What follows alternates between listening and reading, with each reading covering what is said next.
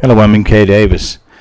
Um, uh, Very briefly, what I'm about to show you is an attempt at researchers to elicit a response from a Sasquatch by taking everyday objects that they have realized that are being moved around at night and then chaining them up together. And that would be a set of old tires.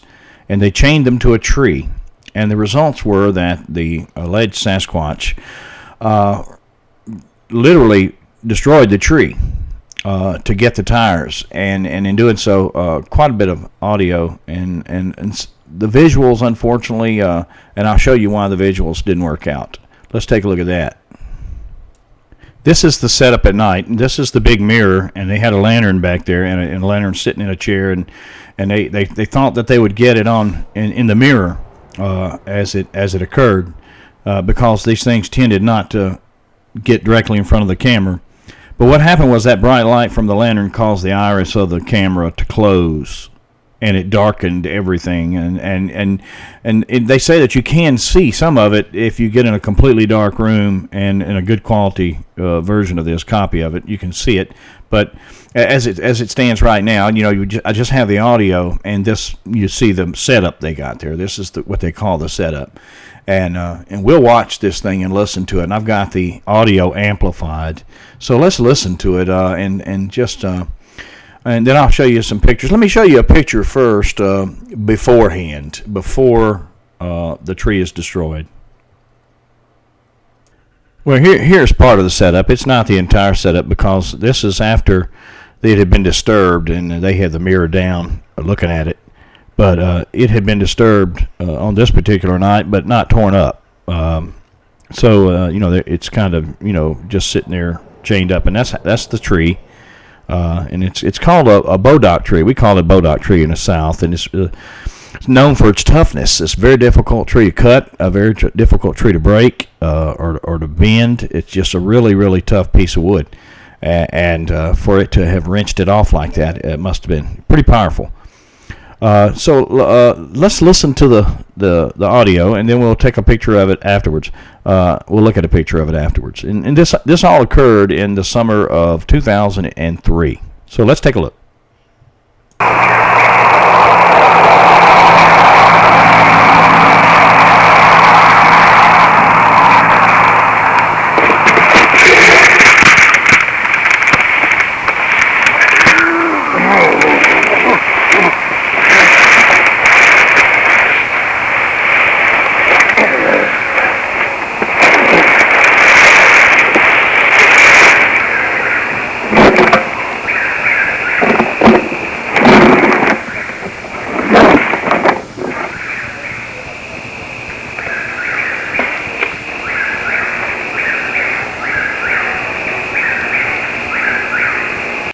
Now you can hear the sound of the tires being pulled around and the chains being rattled and everything, and it's a strain as it tried to wrench those tires off of that tree and break that tree down and get those tires off, which it eventually did succeed, but it took it all night long. We'll resume after this is 3 hours later. You'll hear some dogs come out and take issue with it. And then the dogs bark at it, and then it eventually responds by barking back at the dogs. It tries to mimic the dogs, but you can tell the difference between the two. And it eventually does get those tires and makes off with them, and I got some pictures of the aftermath. But let's listen to the second set taken 3 hours later.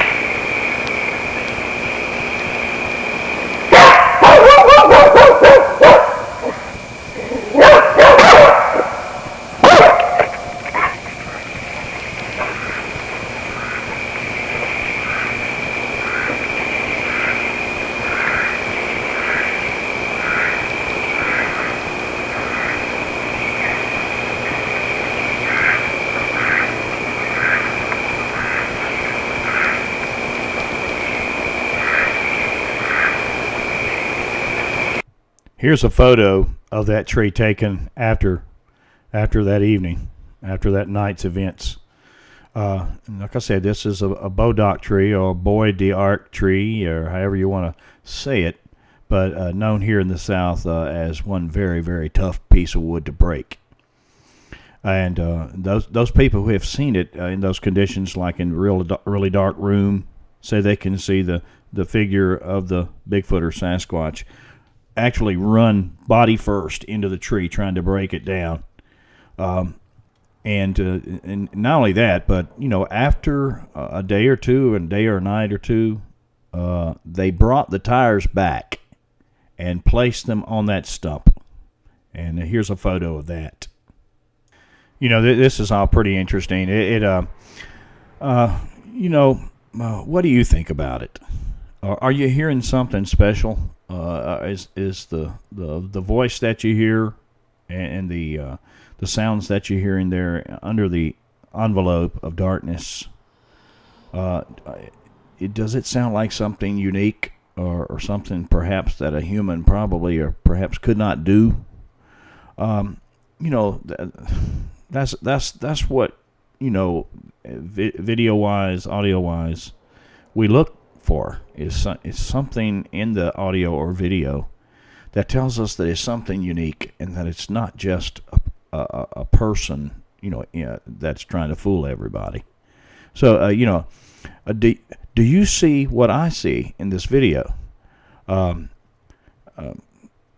the question that I have for you, and I thank you for your time.